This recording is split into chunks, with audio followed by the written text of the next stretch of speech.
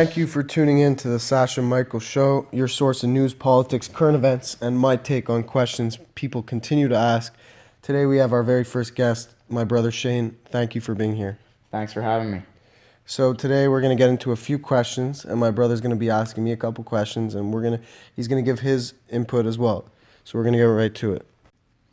All right, so for your philosophical videos, like Do We Have Free Will and the evolution video, are there any specific shows or individuals that inspire you to discuss these existential questions?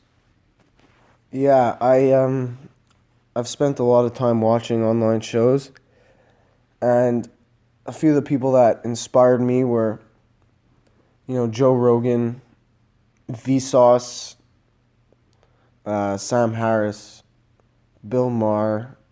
Even though I don't really agree with him on all issues, but I think he's very reliable. Is Secular Talk, as well as Alex Jones, I find, gives a good take on some things. But for the philosophical videos, definitely Joe Rogan. He's very philosophical. He gets into deep things. I think he's amazing.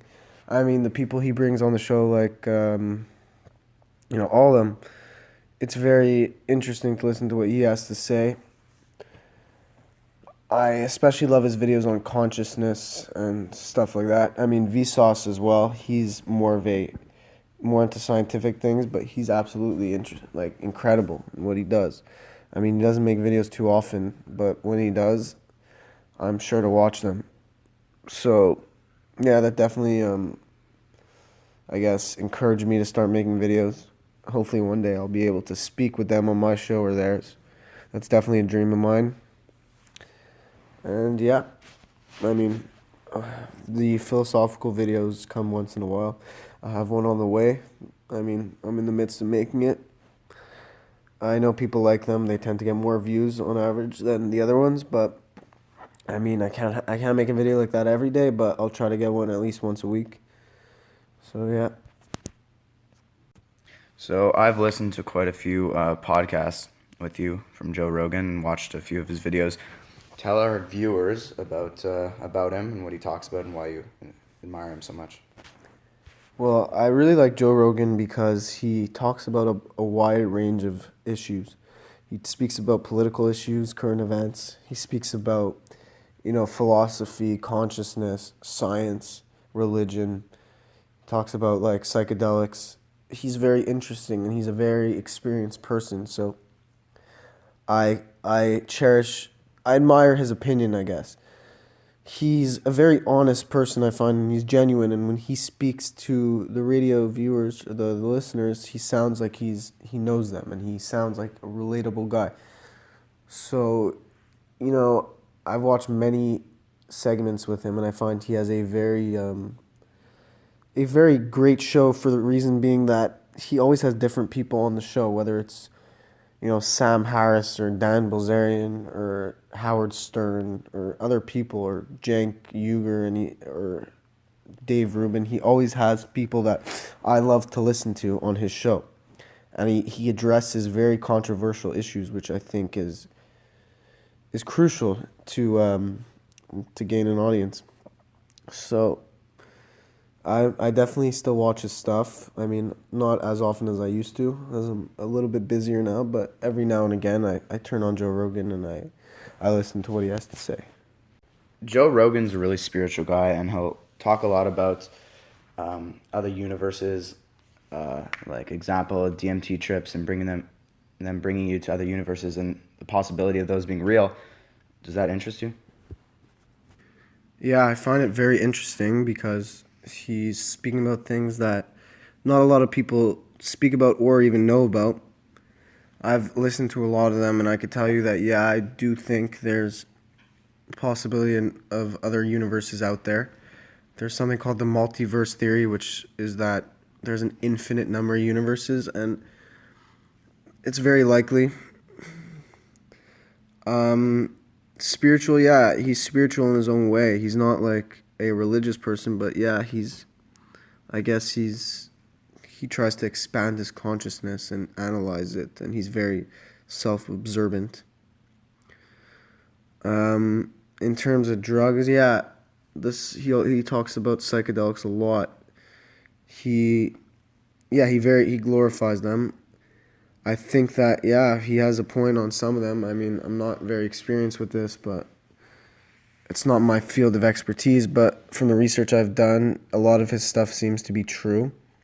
And in terms of DMT, yeah, like human brains release them when they perish, when they're born, and during dreams as well. So the fact that our brains release it means that we may enter another realm. I mean, we most certainly do enter another realm when we die. And yeah, I'm basically sure of that. So, I mean, anyone who argues with that is ignorant to the fact that our brains release a molecule which transports us to another dimension during our time of death. So, to anyone who thinks that there's no possibility of an afterlife, will think again and do your research, because you don't have to believe in a certain religion to believe in that. It's just you have to believe in biology. What do you think of Elon Musk's theory that we're all in a simulation and that the odds of us being in a simulation are extremely high? Elon Musk uses the argument that, the odds of us being in simulation are about 1,000,000 to 1, because when he says that when there was at one point a real life just like ours, where they discovered the simulation, a way to make a simulation, and then they created millions of or billions of simulations just like our own, so that the odds of us, where that people are actually conscious, so the odds of us being in that are 1,000,000 to 1. I think that I don't think it's exactly like that. I don't think we're in a simulation where we're just like there was a real version of us and we're just a simulation of them. I think that that's kind of useless, and there's no proof for that. But I do believe we're in a simulation in the sense that our consciousness has been put into our body by some superior force. I believe it's God. So to say that there is like an infinite out there that is, I guess, a universal consciousness that put our awareness into our bodies. So yeah, we're in a simulation right now. We're not our brains, but our consciousness is stored in our brains. So, I mean, this sounds very complicated to people who aren't familiar with these theories, but just for the most part, I'll explain this. Elon Musk thinks we're in a simulation like the Matrix. I think that we're in a simulation, but not in a simple way like the way he thinks. Like, I think it's a lot more complicated than that. Like, it's a lot more complex. We're not just in a simulation created by our own people, like our own version of another version of ourselves. I don't think that's true. I think we're in a simulation by something that's above us, and we were there before. Our souls or our consciousness were there before, and we were put into our bodies to kind of fulfill a certain goal or duty. And when we're done here on this place, we're going to go back to where we came from. So yeah, he has obviously he's a very smart guy, but I don't completely agree with him on this theory, though I do find it very interesting. So, just for your personal life and what we're both interested in, let's start with cars. I mean, we're both pretty big car fans. Uh, what's your dream car? I have a few. I mean, the most basic one is probably a Nissan GTR. It's a very hype beast car, but I'll take it. Um, if I could have any car, I mean, any car in the world, it's really hard to say. I mean, I love the Porsche 918 Spider. I love the McLaren P1, the LaFerrari, all these cars, but they're I don't know. They're too expensive. If I could have a realistic car, I really like the RS7. And even that's very expensive. I like the Dodge Hellcat, Bentley, any Bentley, Rolls Royce, obviously. But in terms of cars that I just love, RS7 is just for its price. I love it. GTR for its price. I love it. RSX. Sorry, NSX. Um, yeah, cars are very cool things. I mean, I love the feeling of being like pushed back into the seat when the car's accelerating. But for the most part, cars are meant to take someone from point A to point B. So I find that we kind of get a little bit obsessed with the price and the looks of the car. I mean, if you take it to the track, then by all means get any car you want. But if it's just for show, I mean, nobody really needs an Audi R8. And your favorite car brand for overall performance? My favorite overall car brand, maybe Porsche. Probably have to say Porsche, but just because they're just absolutely incredible in terms of performance. In terms of variety, probably Mercedes. They offer such a wide range of cars. They're the kings. And so German engineering is amazing. Um, I think Ford is great as well, and Dodge. They're very wide range as well. But I'm still leaning with in terms of performance, Porsche, and variety, Mercedes. So we're both very into working out, exercising, and improving our body's overall performance. What would be your workout routine? What are certain things you like to do in order to keep your body healthy? I think that working out is very important for the mind and the body. It is, I think it's the most natural drug out there, and it's probably the safest as well as the most beneficial. You know, you go to the gym, you just feel instantly calmer and you feel more peaceful. And in terms of health, it's great for the body, great for the heart, the skin, the lungs, everything, you name it. The metabolism. So I like to go to the gym. I like to, my ideal is like 5 days a week. I think more than anything more than 5 days a week is pushing it. Maybe six, but you need that one rest day. 4 to 5 days, I think, is ideal.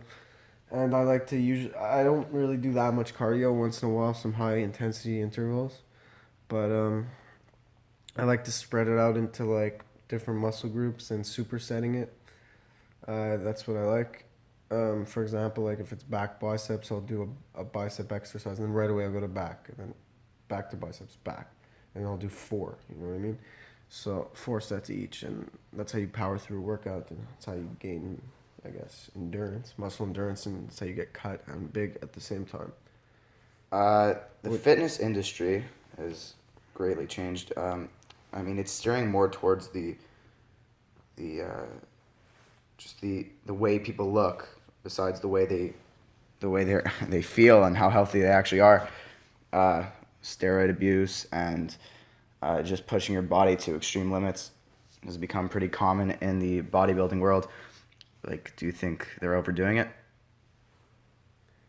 like, it's an industry like everything else, so most of the people working out aren't really doing it for them, but they're doing it for other people.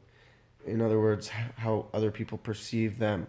So whether it's a guy trying to look good for girls or whether it's a guy trying to feel better about himself to get in shape, that's not, in my opinion, that's not the reason to work out.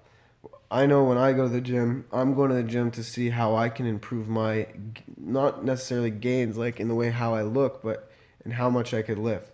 I'd rather be able to improve how much I could lift over a course of a month than improve how I look, because for me, I just want to get stronger and I want to show myself that I can lift more than I did last week. And what about you? I'm very similar. I like to train probably around 4 to 5 times a week minimum. Um, I don't really focus on. I focus on cardio. I need it once in a while just to calm myself down. It's very good for the mind and just putting yourself at peace. Um, yeah, the reason I work out, I mean, like most other people, I obviously want to see improvement in the way my body looks, but I also really like to see how well the performance of my body improves. I like to see myself getting stronger every time I go to the gym, being able to jump higher, run faster. I used to play sports. I'm trying to get back into them, but yeah, I just love the whole aspect of becoming more able and using exercise to do that. Yeah, I mean, definitely. Like working out is just the way to like. It's like it's expanding your body. It's really just strengthening your body, and I find that really cool how we can do that. I mean, people take steroids, but do you think that it's destroying the image of working out? Definitely. When I think of working out, I just think of doing it for yourself, doing it for your overall health. Exercise is just to prolong your life and give yourself a more enjoyable life. Steroid abuse is slowly killing your body. Um, it is completely proven that steroid abuse is just negatively affecting everyone that's taking it. There's no benefits besides maintaining an unrealistic body. Uh, yeah, honestly, I just even supplements, protein shakes. It's sometimes even that could be just a little too much. People overdo everything that is put in front of their faces. But would you say like the vast majority of people working out are working out like to get girls and to like appeal to a specific crowd of people in order to like better themselves, like their image of themselves, or do you think like most people are doing it for, self, like they're self motivated just to prove to themselves? Like, what's your opinion on that? Um, so I'd have to put the majority of people working out in the category of doing it partially for others, not only for others. Listen, when I work out, I like to also look at myself in the mirror and see how other people might see me, just like everyone else. But I think that people are overdoing it. People who don't work out are usually more comfortable taking off their shirts at the beach than people who do because they feel like they haven't achieved what they wanted to do. They're not just there yet. Uh, I personally have a lot of friends who work out and they're in better shape than most of my friends. They should be the most confident, but they're the least. It's working out for the most part. People are not doing it for the right reasons. For me, when I go to the gym, like I'd say it's 45% mental health aspect, 45% getting stronger and just proving to myself, and then 10% how other people perceive me, like the way I look. Like okay, the 45% mental health is just because like I find it calms me down and makes me like a better person. The 45 other percent is kind of like, looking better for myself, but also for getting stronger. I'd say mainly getting stronger. And then the rest, yeah, obviously girls and like if my friends see me, like it's like it feels good to like to have other people recognize that I'm getting stronger and better shape. But I find when you're doing something for other people, it's not a long term thing. It's a short term thing. Yeah, like it's definitely good to be proud of how you look, and it's good to want to be able to take off your shirt at the beach and show off your body. It's good for your health. If you look at yourself in the mirror and you're confident in the way you look, it's good. But if the only reason you're working out or the only reason you're doing something is for for others, like they don't. At the end of the day, people don't really care as much as you think about you and about your improvements. If you're not doing it for yourself, it's just gonna get you nowhere. Okay, so we have very similar taste in music, um, a pretty wide variety. You want to tell them about what you like? Well, I personally like every genre of music. Like I won't find a type of music that as a whole I'll reject. I mean, it doesn't exist. Like for example, like even country music I find interesting, and like 1920s music I've had the chance to listen to. I find it all incredible. Music is really something that humans should be very proud of for creating because it really is a way to speak directly to the soul. I mean, when you hear a good song, like your brain, like you instantly feel like a connection to the song, whether it's like sad, happy, like it really like it causes your brain to release different neurotransmitters. Like it's an absolutely amazing thing. My favorite type of music would probably be rock music, classic rock. Um, I mean 70s, 80s, 90s, but I love like everything and like everything under the sun. Um, I love, U2, Pink Floyd, The Who, Bon Jovi. I also love hip hop as well. Like I love Nas, I love Jay-Z, Kanye. I mean, I love every genre, but also another genre that I absolutely love is alternative rock. Something that emerged like in the 90s and early 2000s. I thought that was an incredibly underrated genre of music and under-recognized and also cut short because you don't see it as much anymore. Now you have all these pop songs and all these like, yeah, it's all the same thing. What about you? Uh, Very similar to you. Classic rock, I love. I also love alternative rock, like Red Hot Chili Peppers. They're probably my favorite band of all time. But I do have to agree with you that, I mean, I'm not trying to sound like everyone else that says, "Oh, music today sucks." I just don't enjoy it as much as I do older music. I like rap. And hip hop. It's good, but it just doesn't make me feel as good as rock. Honestly, I just love rock. As rock makes me feel. It's just like it hits me more. Yeah, for sure. Rock, there's something about it. I mean, there's something about listening to like Brian Adams or like something like that. Like when it comes on while you're driving, like it just instantly like it's nostalgia. But I mean, I think there's some rap and some hip hop that's very worthwhile. For example, like I think that Drake in the past was great. I mean, when he was up and coming, I mean, he was great. He still is great, but I personally liked his up and coming music a lot more. Lil Wayne, I think, is great. But yeah, another genre of music that I enjoy listening to is house music. I find that nice beat and nice drop like in the car also like is just very very very desirable for me. Yeah, I'm definitely not saying that modern artists aren't talented. Uh, they're very talented. I mean, it's not easy to make music at any point in history. I'm just saying I personally don't, it just doesn't make me feel as intense as other music makes me feel. Uh, it's weird, like music it makes no sense. It's just sounds put together, but it brings you to another universe. Like I'll play music for Sonic. Our dog's name is Sonic, and it's just like different sounds for him. He doesn't relax, calm down. He won't stop barking or anything like that. It's just weird that only humans can appreciate music like we do. Yeah. What do you think of heavy metal? Heavy metal. I, I don't know too much about it. I don't know too many bands or too many specific songs in that genre, but overall, in the right setting, I mean, at the gym or something like that, it could work. I have nothing against it. It's not my first choice. Yeah, like a band I love that is heavy metal is Pantera. I don't know if you know them. I know. Yeah. And the main guy was like shot on stage, and they're When great. was this?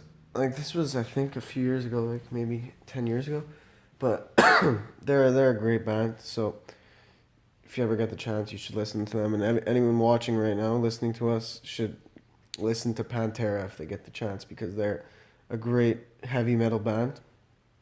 Um, Another genre I like is jazz music. I think that John Coltrane was a fantastic saxophone player.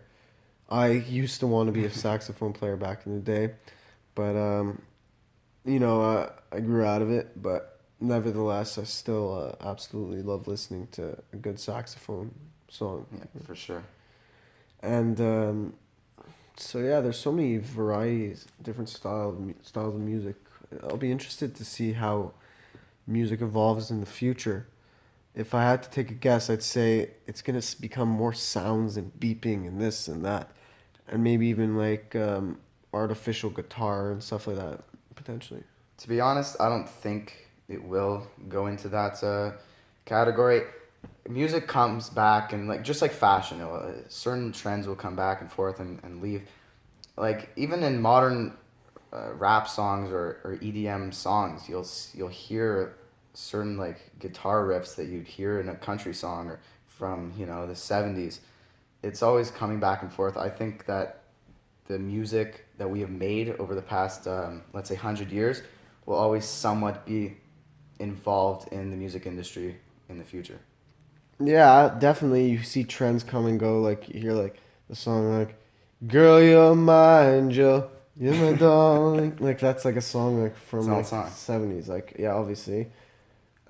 But for the most part, it still does evolve as a whole. So yes, you'll see like themes from the past, but maybe the whole idea of it will be changed. Like for example, you'll have like all these crazy house songs with like short parts of songs from the past. Yeah, people like to listen to like past music, but everything still is changing.